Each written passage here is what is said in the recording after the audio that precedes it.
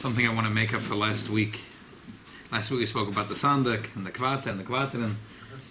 There's a story about the Tzemach Tzedek. The Tzemach Tzedek had a wealthy chassid that used to come to the Rebbe, to his Rebbe.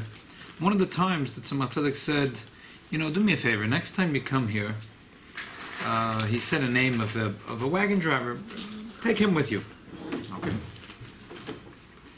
So next time he comes to Tzemach Tzedek sees him, he says, no, you brought this wagon driver?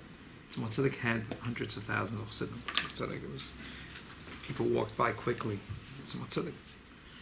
So he said, yeah, I'd like to see your balagola. I'd like to have him over. So the guy goes back to his inn where he's staying. He tells his balagola, the Rebbe wants to see you. He said, I'm not interested. He was not a chassid. He was here for his job. So the rich man says, okay. I guess you'll find yourself a different customer to drive you back, to take your services back. Okay, I'm coming. Okay, so the fellow is coming, and it comes out Tzemach Tzedek. Tzemach Tzedek greets him with a big smile. He says, I would like to invite you to have lunch with me tomorrow. Okay, I'll have lunch with you. He leaves. Tzemach Tzedek says to the Rebbetzin, tomorrow is a Sudas Yom Tov. You can imagine that people said that this guy, he must be one of the 36. He must be one of the Lamed Vav Tzadikim Nestarim. Oh, who could this guy be? So people gathered around him to ask him questions. He said, no, I'm not. I'm a simple person. They said, no. There's something here. Something special you did? He says, I always do special things. They said, okay, start telling us. So he said, I traveled to far places, and there's always people that ask me if I know for a good moil. I decided, why do I have to bring a good moil? I'll bring the moil. Okay. So I bought myself a knife, and I went to a moil, and he showed me what to do. Yeah, I'm a moil. So I once got lost far out someplace. I didn't think any Jews lived around there. I heard a woman's cry. So I followed the voice, and I come to this place. There's a Jewish woman. And what are you crying? She says that she had a baby boy. It's the 8th day. Her husband is dying now. And he's not shaykh to go to the big city to find a moil. And soon it's the end of the day. And it's the 8th day. She wants a bris for her son. So I told her, it's your lucky day. You got the expert moil right here. So the woman was excited. She says, I went into my wagon. I have this bag with a knife in there. No. Came into the house. But you need a sandik. You need a sandik, right? It's a minik. You have to have a sandik. The kisa shalaliyo. There's no one around. So I went out. He said, and I looked. I standing on the road. And all of a sudden, I see an old man walking. A Jewish man is walking. So I stopped him. I said, listen, it's your lucky day. You're a sandik today. The guy's not interested in listening. I said, you're not walking. You're coming with me. You're the sandik. Okay, the old man came with me. He took the baby. He held the baby well. Did a good job, actually. And afterwards, I said, thank you. He said, what do you mean, thank you? It's a bris. You're not going to have a meal? A bris has to have a suda. The woman had no food in the house. So said the wagon driver, I went into my wagon, and I have hard cheese that I travel with, and I had some bread. I brought it into the house. I washed. The old man washed. And the old man said, what do you mean? We need a zimun. It's a suda's mitzvah. So I said to the old man, look, we have no zimun. Old man got up and went to the bed. The person who was in bed wasn't moving. He was more dead than alive. He was shaking him. The husband. The husband of the woman. The father of the baby. Mm-hmm. And he's shaking him and says, you got to get up. It's a suda's mitzvah. You know what happened? He actually got up. He got up, washed his hands, he sat down to the table. After we finished benching, I wanted to give the old man a ride. Turn around, he disappeared. The next day, when he had lunch with the Tzemach Tzedek, he had the Suda. Tzemach Tzedek didn't speak a word at the meal. They ate, and Tzemach Tzedek didn't say anything. After he left, the simpleton left, Tzemach Tzedek said, "No, a man that broke bread with Avram Avinu, wouldn't I want to break with him bread as well?" Wow. Wow. I thought it'd be Eliyahu Navi. Huh? He come all the way to He said it was Avram Avinu. What an awesome לא הייתי מתנגד לא לשבת לא עם זה ולא עם זה, לא משנה. בוא נפותם זה כבוד גדול לשבת. Wow. Okay, this is to do with the last week when we spoke about the sandik and the kvater and this week I want to do, and next week as well, a little bit of Pirkei Avos. There's a slew of beautiful sichos in the Rebbe on Pirkei Avos. And there's one Mishnah that we say every person that rolls almost off your tongue, especially the Avelim at the end of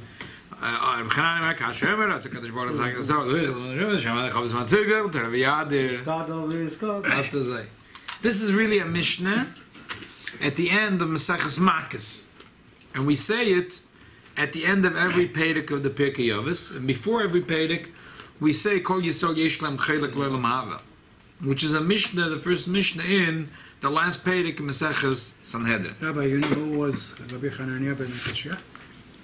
The son of Akashya. No, but what's the special that before Eddie? From the whole Shas, there's only one Mishnah plus one Agadata that said Rabbi Yochanan ben Akashya. So that's it. I heard. Yeah. That I'm saying it. If it's something good, you could say that he never had a kids. Oh yeah. Rabbi Yochanan ben Akashya, and he was giving a lot of brachot to people to have kids. And then, in the end of the day, his wife wanted the kids. And he went to her and said, I can have a kid, but every time they're saying Kaddish, they mention my name. And this is why we say, Rabbi Hananiah ben Akashya אומר, רצה הקדוש ברוך הוא לזכות את ישראל. לפיכך הרבה להם תורה ומצוות, שנאמר, השם חפץ למען צדקו, יגדיל תורה. He bring more chizuk to the... Who says this? I read it somewhere. Okay, because all the research I did before the shir, there's only two Ma'amori Chazal, Rabbi Yochanan ben Akashya. We know very little about Rabbi Yochanan ben Akashya. It could be later Talmidim of the Arizal. If there's a reliable source, I heard it from someone. If there's a reliable source, then it's true. Why do we say this Mishnah at the end, and why do we say Kol Yisrael Yesh Lam Chelek? All the Mefarshim talk about this. Well, the obvious common denominator is that this of how special the Jews are. Kol Yisrael Yesh Lam Chelek L'Olam Haba means that the Jews are very special, and Rotza Kadosh Baruch Hu L'Zakat Yisrael. Therefore, the Jews are because they're very special. Okay. But what's it to do with Pirkei Avos so much? How special the Jew is, and what's it to do when you finish learning Mishnayos about how special the Jew is? So what's the pshat in the Mishnah? So there's a few pshatim. The Bartanura says, Rotza Kadosh Baruch Hu L'Zakat Yisrael Hir B'Lahem. So a lot of the Mefarshim say, what do you mean Hir B'Lahem? In other words, he could do that the same mitzvah, you should do one mitzvah 613 times. One Mishnah, and you learn the same Mishnah day and night. So why does it, in order to L'Zakat Yisrael, in order to give them a lot of sichos, why do you need 613 mitzvahs? Give them one mitzvah and tell them to do it 613 times. Right. In order to Zakat Yisrael, to give them a lot of Torah. Give them a little Torah and tell them to review it 100 and 110 times. What's wrong with that? Okay, so the Bartanura says he gave them a lot of mitzvahs that are easy ones. He threw in a lot of easy ones. He said, don't eat snakes, don't eat lizards, don't eat shkotzim and amoshim. You want to eat them? Who wants to eat them? Rats. You have a taiva to eat rat. So why did the Eibush give us such a mitzvah? Because it's easy to do. So he gave him extra mitzvahs, the ones that are easy, because some of them are hard, you know. So he threw in a couple of easy ones. So between the hard ones and the easy ones, you know, we get it done. You know, like sometimes you'll learn Gemara. So that means that if I went through a day and I didn't eat a snake, I got a mitzvah? Yeah. They make it easy for This you. morning in shul where I daven, I don't want to say what it is because it's on tape. They serve This snakes? guy, no, this guy says brachas, say brachas out. Then he says brachas out. It's like they were going back and forth. Each one should say the brachas, so they should get all the mitzvahs. No, to get all the mitzvahs. When Okay. you answer Amen, you make a mitzvah too. For that, if it comes to you a Yetzer Hara to do that, Uh-huh. and you refrain from doing it, not like he says that if you just every day that goes by and you don't eat a rat, you get a mitzvah. But that's what the Bartanura said. The Bartanura says, "Here will am toy the mitzvahs, kigoyin shkotzim and amosim, shehem bedelim and belavochi, But if the person's thinking, shenafshe shalodem kotzim mehem." I'm repeating the pshat of the Bartanura, which is Dovi Hennig gets better, bigger mitzvahs because he's Huh? in a place. Dovi Dovi Hennig yeah, gets right. bigger mitzvahs because he's Yeah. in a place where people eat it on a regular basis these days. That's one pshat, the Bartanura pshat. The Rambam's pshat is a different pshat. The Rambam says when a person does, there's a lot of mitzvahs, but the mitzvah has to be done kahoigen. It has to be a person does it lishma, me'ava. Some mitzvahs are very hard. Every person has their mitzvahs that it's very hard to do lishma, me'ava. The Eibishter gave a lot of mitzvahs.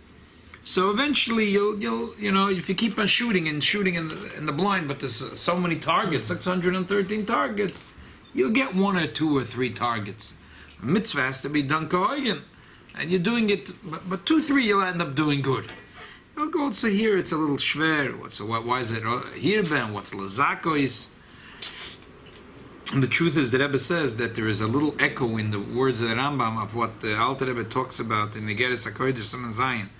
The Gemara says in Shabbos of Kuf Yud Ches that the question was asked, Avuach b'may v'zoh tvei. What was your father's special mitzvah? He said tzitzis, whatever. But the question is, what was your father's special mitzvah? Yeah, every mitzvah is a mitzvah. So the Alter Rebbe says that because every person has a certain mitzvah, which is like a gate for all the other mitzvahs. Sometimes there's opposite approaches in this. Sometimes they say, how do you know a mitzvah that's really your mitzvah? Something you have a big cheshik in doing. You're very drawn to it. That's your special mitzvah. And sometimes they say the opposite. How do you know it's your special mitzvah? You get a rash whenever you get close to it. It's really hard. So you know that it's a hard like tzachayim. But they're both true. Sometimes the telltale signs are sometimes it's this one, once the other ones. You see some people, they're drawn to certain mitzvahs. And it's amazing how much chayes they have in that mitzvah. Because that's in their neshama. Mm-hmm. But sometimes there's things we know that are very important to us by the amount of power the Yetzer Hara is putting in to keep us away from it. So either way, there's telltale signs. Extreme hot or extreme cold. There's telltale signs about certain mitzvahs that have lazak that are special shaykhs. Well, can't you trick the Yetzer Hara? Can't you trick it and get the mitzvah? Sure you could. Absolutely you could. I mean, if you're aware, I'm saying. Sure, yeah. Okay, so these are the 2 pshat. Now the Rebbe has a pshat in this Mishnah. The Rebbe's pshat is like this.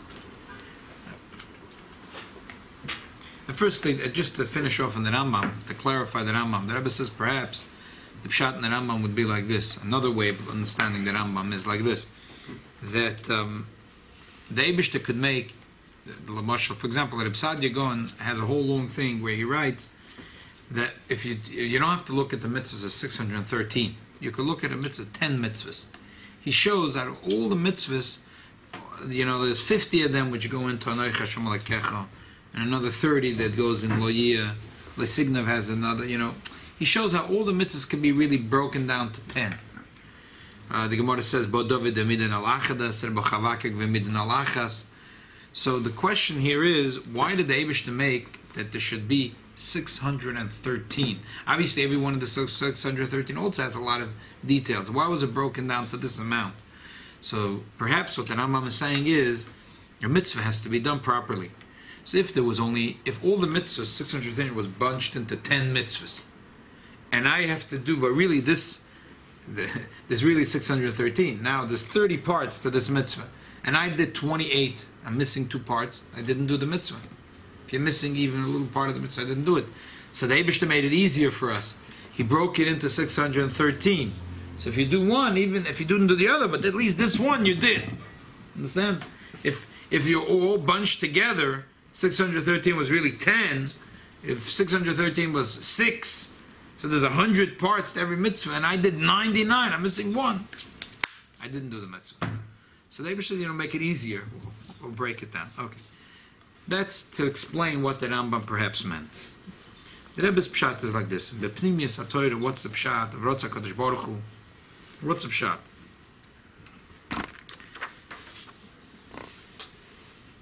Very nice. The pshat is like this. We say that the Eibishter is one. The Eibishter, and what's our job? To reveal the unity of the Eibishter in this world.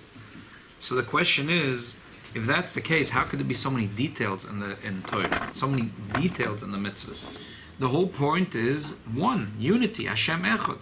So how does it when the whole purpose of Torah is to bring out Hashem Echad in the world, the whole purpose of the mitzvahs is to make the world from Rishus HaRabim to Rishus HaYochid, and the mitzvahs, there's so many details in it. So that's the question.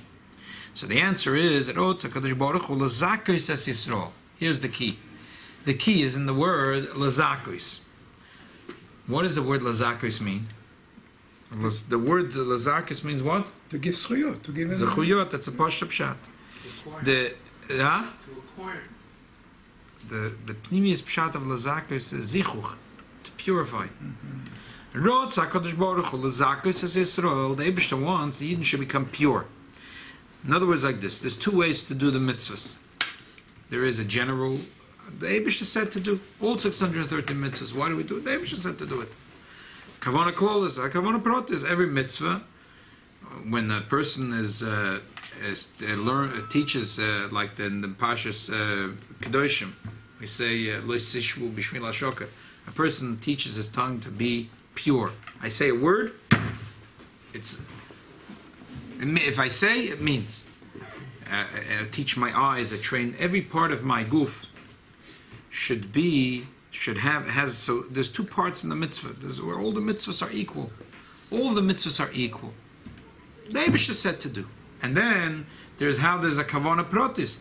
This mitzvah is to purify my eyes, and this is to purify my ears, and this is to purify my nose, this is to purify my mouth, this is to my hand. It's a muscle, right? Yada machaleket tzedakah. This hand is very good at giving tzedakah. Here, the exercise of my feet are very strong when it comes to running to do a mitzvah.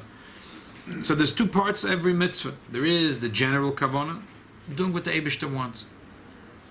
And the truth is, when a person is devoted to the Eibishter, total bittul to the Eibishter. So when a person is bottled, there is no details. There's no 613. There's one thing, what the Eibishter wants to do. That's it. There's no 613. When you're totally dovuk to the Eibishter, there is no 613. There's one. Whatever the Eibishter says to do. That's it. So the question is, why did the Eibishter make that there should also be details? That there should also be a specific reason in every mitzvah. And that we should really focus also on the specific reasons of every mitzvah. Because 90% of the people, they're not battled for the mitzvah. 99%. And for that 10%, and for those tzaddikim that are 10%, the answer is even for those 10%. The Eibishter wanted, like the Medrash says in Bereishis Rabbah, in many places, the mitzvah was given to the Jew should become pure, should become a refined person, should become not like an animal in the jungle, or now all of a sudden he saw the Eibishter at Matan Torah and Tzipor Loigoa and Shur Legoa, Tzipor Loitzavach. Wow, they stood back. But the stand is still an ox. It's still an animal. We want that the Yid should be angelic. The Yid should be really, every part of the Jew should be mezuchach, pure. He wants that the Jew, the character of the Jew should be pure. He didn't only want that it should be, that if it was only about the Eibishter Achdus, all 613 mitzvahs would be with one thing, to do the Eibishter's will. But because HaKadosh Baruch Hu zakas as Yisrael, he wanted that the person should be pure. If you want to purify a person, you have to take the eyes, the nose, the ears, the brain, the heart, the machshava, the dibur, the maisa. That's why we have 613 mitzvahs, and that's why there's a kavanah protis. There's a beautiful thing from the Mittel Rebbe in Shara Yuchud, chapter 4. He says, the problem, you know what the problem with people is? Allah Akbar. God is great. Hashem is great, but no vahafta. But what happened? I really closed my eyes and I said Hashem is great. He says, his bonus klolis doesn't work. Where's Mr. Frank when we need him? Avram Frank would really enjoy this. His bonus klolis does not work. You need his bonus protis. It's a very strong axiom of Chassidus Chabad that when you're going to think about Hashem is great, it's not going to help you have Avas Hashem. That's just the nature of the way it is. If you think about the details, and you meditate on the details, and you understand the details very clearly, if you learn a maimer, you learn something, or you think about the greatness of Hashem, not in a general, in a big picture, but you look at the details, said the Mittel Rebbe, that's where you get Avas Hashem, his bonus protis. So the same thing here. It's not only that the Jew, it's also that the world should see that a Jew is a different type of person. In Fez, Rabbi Yehuda ben Otter was the Rosh HaBezdin of Fez. One day there's a knock on the door. So there was an Arab merchant standing at the door. Where are you coming from? Tunis. Tunis, from Tunis to Fez it's a far ride. Wie kommt a goy from Tunis to Fez? Well, he said he had a story to tell. He had a partnership with a Jewish merchant. And the merchant was so lovely and was such a cozy relationship that over time he trusted him. He would give him money, he would buy merchandise, they would split the profits. This thing went on for years. So over time, said the Arab, that he trusted this Jewish merchant, and he never, he would give him money, he wouldn't write down the amount, he wouldn't make him sign, they kept no ledger, and there was absolute trust.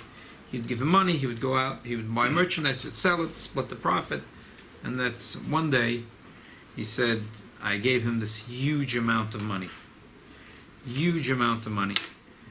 and come back a few weeks later, and I asked him, "No, how's it going? How's the business going?" The guy looks at me, he says, "What are you talking about? I haven't seen you for a couple of months. I was waiting." And the Arab said, "Oi, I realized my mistake. I have zero documentation. I have no documents to show. I have nothing. What am I going to take him to court? How am I going to prove that I gave him this huge sum of money?" So said the Arab, all the Jews know of the big name and the holy name of the Rosh of the Rosh Av Bezdin, of you, the Yehuda ben Otter, the Av Bezdin of Fez. So I said, you know what? No problem. I'm leaving your house. You're an honorable man. I trust you. But you have to make a vow in the name of the Rosh Av Bezdin of Fez, Rabbi Yehuda ben Otter, that you did not get any money from me. The Jew stammered, like, what was he going to say now? Turned white. What was he going to say? His Yetzirah was very strong, and instead of fessing up, he said, I make a vow in the name of the holy name of Rabbi Yehuda ben Otter, the Rosh HaBezdin of Fez, I did not receive any money from you. The Arab said, I left. That was it. I realized that was it. That was it. I lost the money. A good Arab. He said that night, the merchant called his friends for a chinga. It was for a party. They were going to celebrate. So his friends came to his house, and he served food and wine. They ran out of wine. He went down to the basement to bring some more wine from the cellar. Merchandise, all the merchandise he used to buy and sell, he used to store in his cellar. He went down with a candle to look for the barrel of wine, and he was so excited that he ran up from the cellar, he left the candle in the basement. Soon he saw smoke coming up from the basement. The candle had fell to the side, something caught on fire, and before you know it, the entire basement was in absolute flames and his whole house caved in. And everyone in Tunis knows that this is because of the vow that he made in the name of Rabbi Yehuda ben Otar.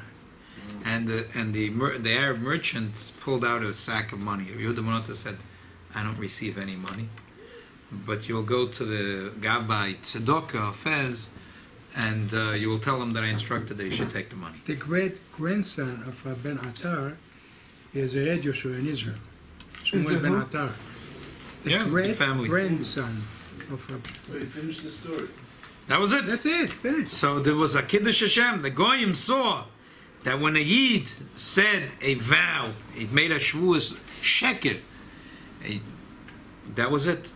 That he paid for it. There was no... So the Arab came to give... The Arab came... Rabbi? Because he was such a Kiddush Hashem. This was the Arab who lost his money.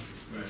But he was in such awe that when the Jew made a false vow, that the Eibishter punished him immediately. So how did he get back his money? He didn't get back his money. He didn't. He didn't get back his money. And instead he gave more money away? And an Arab, but something sugar. So, Lezakas as Yisrael means that the person is not just that he does mitzvahs because, in general, the Eibishter said, he is an honest person, he's a good person, he is a refined person, he's a different person to the extent that the Goyim could see that he's a different person. So Rotza Kodesh Baruch Hu Lezakas as Yisrael. He wants that the Yidden should be mizuchachim. They should be pure people. They should be edel, refined people. Lefikach, hirbo lahem Torah mitzvahs. Therefore, he gave them 613, 248 for the 248 limbs, 365 for the gidim, for the sinews, for the veins, for the blood, to purify the person. Every part of the person should be pure. That's why that says there's two parts of here. There's the way it's in the Torah Shebiksav and the way it's in Torah Shebal Peh. In Torah Shebiksav is Hashem Chafetz Laman Tzidkoi, for his tzidkis. The way it comes down in Torah Shebal Peh is Rotza Kadosh Baruch Hu Lezakas as Yisrael, for the Jews' sake. When it's in Torah Shebiksav, it says Hashem Chafetz. When it's in Torah Shebiksav, it says Rotza Kadosh Baruch Hu. What's the difference? Yud Kei Vav Kei is higher. Kadosh Baruch Hu is lower. Chafetz is higher, Rotza is lower. As we explain in Chassidus, what's the difference between Rotza and Chafetz? Chafetz, Rotza means I want. Why do I want something? Because I have pleasure in it. The pleasure is the engine behind everything. I want something because I perceive that this is pleasurable for me. Rotza is that thing. This pleasure is about me. So in Torah Shebiksav, it's talking about the higher level. Hashem Chafetz. And over there, really, it's Achdus Pshuta. It's unity. It's only Eibishter. There's no details. Over there, there's no details. But the way it comes down, Rotza HaKadosh Baruch Hu, the way it comes down in the Rotzen, it's Hir B'Lahem Torah Mitzvahs. There has to be a multitude. Why? For the sake of the Yid. Otherwise, the Jew would be a servant of Hashem, but his body wouldn't be pure. He wouldn't be a good person, a refined person, a special person.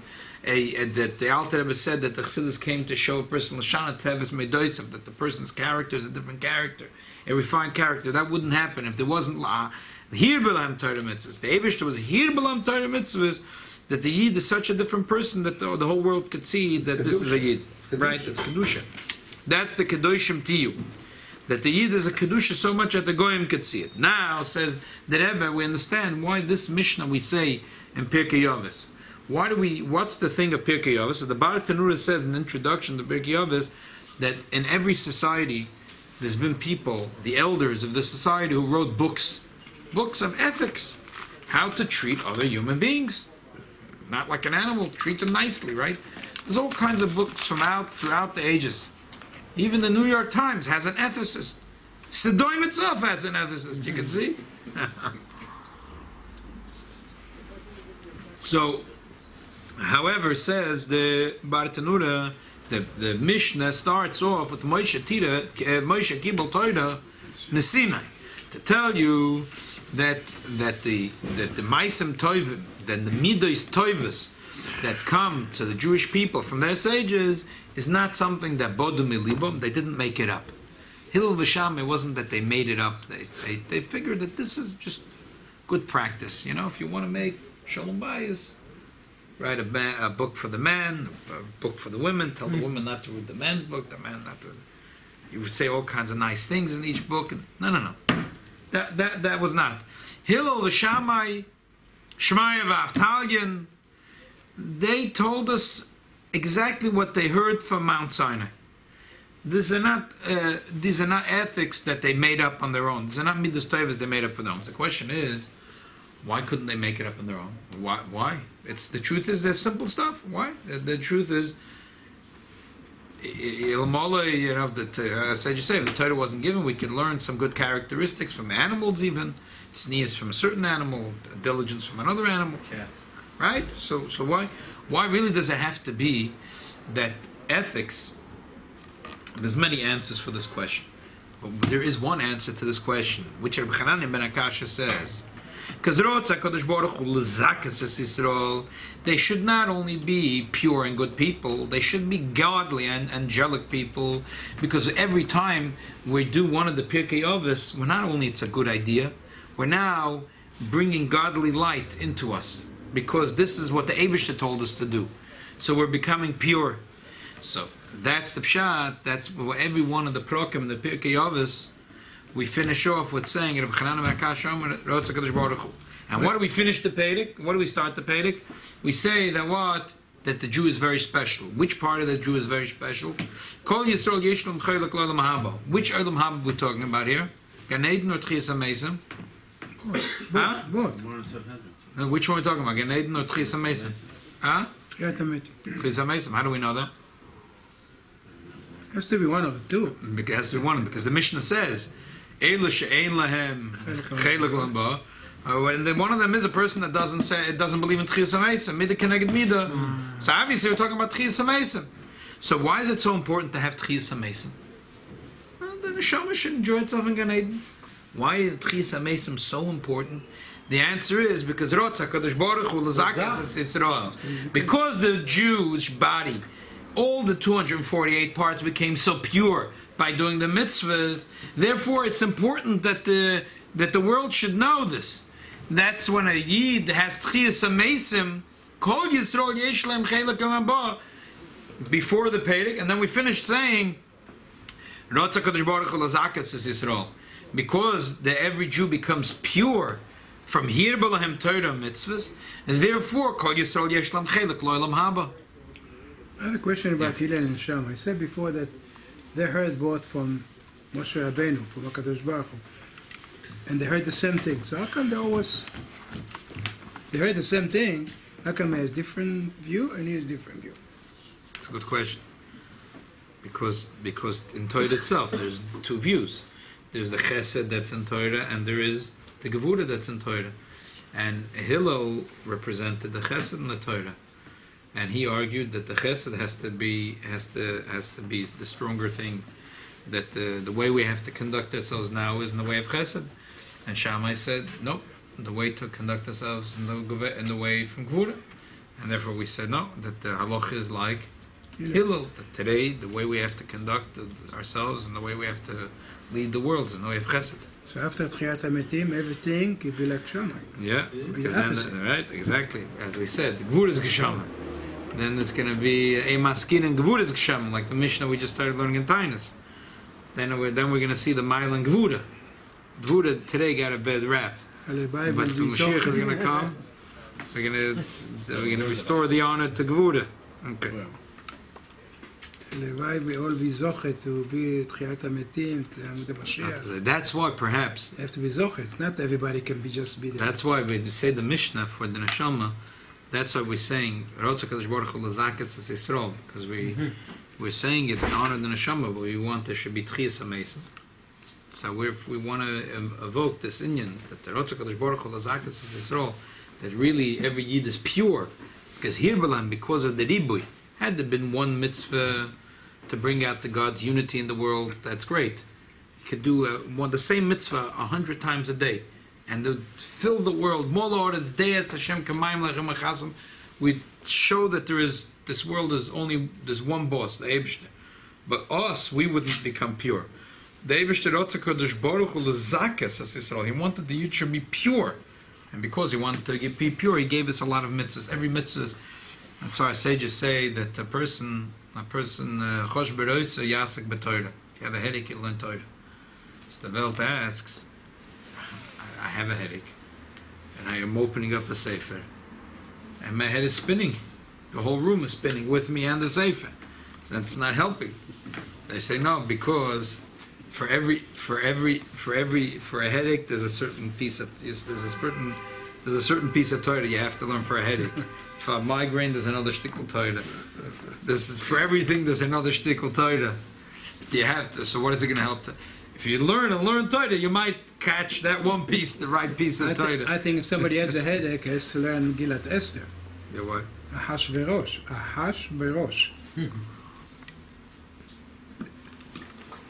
I know, we're going to try it.